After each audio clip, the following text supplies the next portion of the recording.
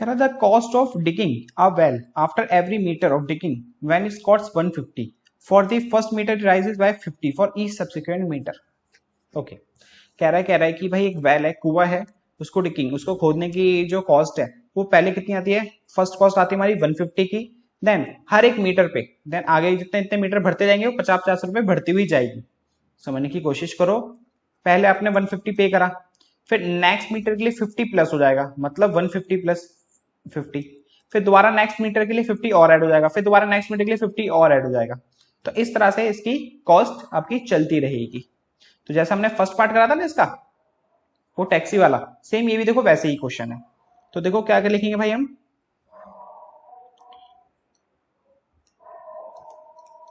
First metre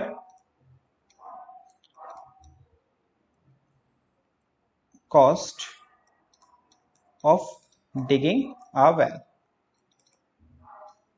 digging a well कितनी है बेटा, 150 रुपीज। एंड सेकंड मीटर के लिए देखो, पहली 150, देन दूसरे के लिए 50, तो 150 प्लस 50 जो होता है 200। तो 2 मीटर तक अगर हम उसको डिग करते हैं, मतलब खोदते हैं, तो भाई कितना हो जाता है 200। अगर हम थर्ड मीटर तक जाते हैं, ये डॉट डॉट का मतलब क्या होता है बेटा, कि सेम सेम आपको यहाँ पे नोट करना है। ओके, दोबारा लिखना ना पड़े इसलिए हम डॉट डॉट डाल देते हैं। तो देखो, अगर हम 2 मीटर तक उसे टिक करते हैं, मतलब खोदते हैं, तो 200 रुपीज। अगर 3 मीटर तक जाना है तो 50 और ऐड हो जाएगा 200 में, तो 200 प्लस 50, तो जो हो गया ये हमारा 250। तो हमारी एपी बनी 150, 200 और 250। इसी तरह से ये चलती रहेगी। तो भाई साफ साफ दिख रहा है ये एपी है, क्योंकि हर एक टर्म में क्या हो रहा है बेटा, 50 50 50 ऐड होता जा रहा है।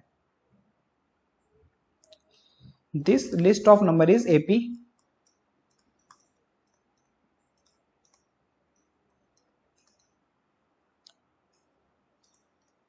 because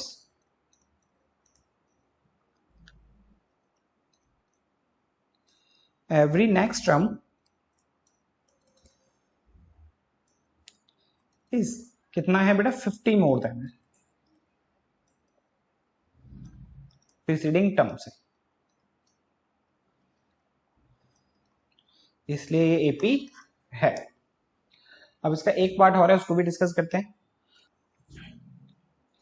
ये स्टूडेंट्स हमारा फोर्थ पार्ट कह रहा था, amount of money in the account every year when 10,000 rupees is deposit eight compound interest 8% per annum. अगर हम किसी अकाउंट में 10,000 रुपये जमा करते हैं और उसपे इंटरेस्ट जो लग रहा है कंपाउंड ही लग रहा है, तो एक सीरीज क्या बनेगी, और वो बनेगी एपी हाँ या ना, वो बताना है हमें। तो उससे पहले हमें समझना होगा कंपाउंड इंटरेस्ट क्या होता है और एक सिंपल इंटरेस्ट क्या होता है। हम लोगों ने पढ़ा होगा बेटा छोटी क्लासेस में आप लोगों ने, कि कंपाउंड इंटरेस्ट और सिंपल इंटरेस्ट। तो पहले देखो सिंपल इंटरेस्ट समझते हैं। आपने किसी से 10,000 रुपये उधार लिए 10% के रेट पे, तो प्रिंसिपल अमाउंट हो गया हमारा 10,000 रुपये और रेट हो गया हमारा 10% पर एनम। तो भाई सिंपल इंटरेस्ट ये होता है, जैसे स्टूडेंट्स मान लो आपने देखो 10,000 रुपये उधार लिए और रेट ऑफ इंटरेस्ट कितना था 10% पर एनम। तो अब देखो 10,000 का 10% कितना होता है 1,000। तो आपको हर ईयर एवरी ईयर उसको 10,000 पे ना इंटरेस्ट देना होगा, जब तक आप इसका प्रिंसिपल अमाउंट लौटा नहीं देते हो। जैसे मान लो, दोबारा समझने की कोशिश करो, ये एक बंदा और ये एक बंदा है, इसने इसको क्या दिए 10,000 रुपये दिए 10% के रेट पे। अब ये बंदा क्या करेगा, इसने उधार लिए हैं, ये इसको हर साल 1,000 रुपये पे करेगा, जो होता है 10,000 का 10%। हर साल एवरी ईयर कितने पे करेगा, 1,000 रुपये पे करेगा, जब तक ये अपने 10,000 रुपये ना, इसके 10,000 रुपये ना लौटा दे। तो ये होता है सिंपल इंटरेस्ट, जो हर ईयर जिसका इंटरेस्ट सेम होता है, हर ईयरली एवरी ईयर इसका इंटरेस्ट क्या होता है सेम। देखो 1,000 1,000 1,000 है कि नहीं। अब देखो कंपाउंड इंटरेस्ट में क्या होता है, इसमें जो आप इंटरेस्ट दे रहे हो, जैसे मान लो, एक सेकेंड, आपने 10,000 रुपये उधार लिए, सेम रेट ऑफ इंटरेस्ट, मतलब 10% रेट ऑफ इंटरेस्ट के बेस पे। अब इसका 10% हुआ 1,000 रुपये। अब फर्स्ट ईयर के बाद जो एक ईयर कंप्लीट हो गया मान लो, है ना, तो जो प्रिंसिपल अमाउंट है वो 10,000 नहीं रहा, वो 11,000 हो गया। कैसे? देखो, सिंपल इंटरेस्ट और कंपाउंड इंटरेस्ट में ये फर्क होता है, सिंपल इंटरेस्ट में जो इंटरेस्ट होता है ना वो आप उसको देते हुए जाते हो, उसको प्रिंसिपल अमाउंट में ऐड नहीं करते हो। लेकिन कंपाउंड इंटरेस्ट में क्या होता है, जो आपका इंटरेस्ट अमाउंट होता है वो प्रिंसिपल अकाउंट में ऐड होके न्यू प्रिंसिपल अमाउंट जनरेट हो जाता है। न्यू प्रिंसिपल अमाउंट क्या हो जाता है? जनरेट। अब देखो, तो आपका फर्स्ट ईयर में 10% लगा, तो 10,000 का 10% 1,000, 1,000 में 10,000 ऐड करो तो कितना हो गया बेटा? 11,000। अब जो नेक्स्ट ईयर इंटरेस्ट लगेगा, जो नेक्स्ट ईयर जो सेकंड ईयर का जो इंटरेस्ट लगेगा वो पता क्या लगेगा? 10,000 पे 10% नहीं लगेगा, 11,000 पे 10% लगेगा, जो होता है 1100। तो देखो, फर्स्ट ईयर इंटरेस्ट कितना दिया उसने? 1,000। सेकंड ईयर कितना देगा? 1100। अब जो ये 1100 है दोबारा प्रिंसिपल अमाउंट में ऐड हो जाएगा, जो हो जाएगा 12,100 रुपीज। अब जो नेक्स्ट ईयर इंटरेस्ट देगा 12,100 रुपीज पे देगा।